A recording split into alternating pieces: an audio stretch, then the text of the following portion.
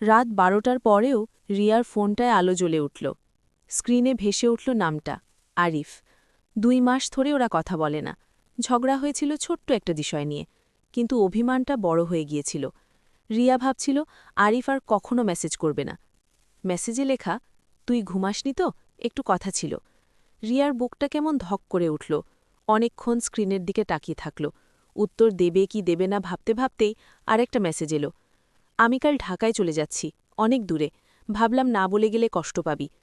রিয়ার হাত কাঁপতে লাগল। সে জানত না আরিফ সত্যি চলে যাবে। এতদিনের রাগ, অভিমান, ইগো সব এক মুহূর্তে তুচ্ছ লাগল। রিয়া লিখল, কেন যাচ্ছিস? কিছুক্ষণ পর রিপ্লাই এলো, চাকরির সুযোগ, বাড়ির অবস্থা ভালো না, তোর সাথে ঝগড়া করে যাওয়াটা ঠিক হবে না ভেবে মেসেজ দিলাম। রিয়ার চোখে পানি চলে এলো।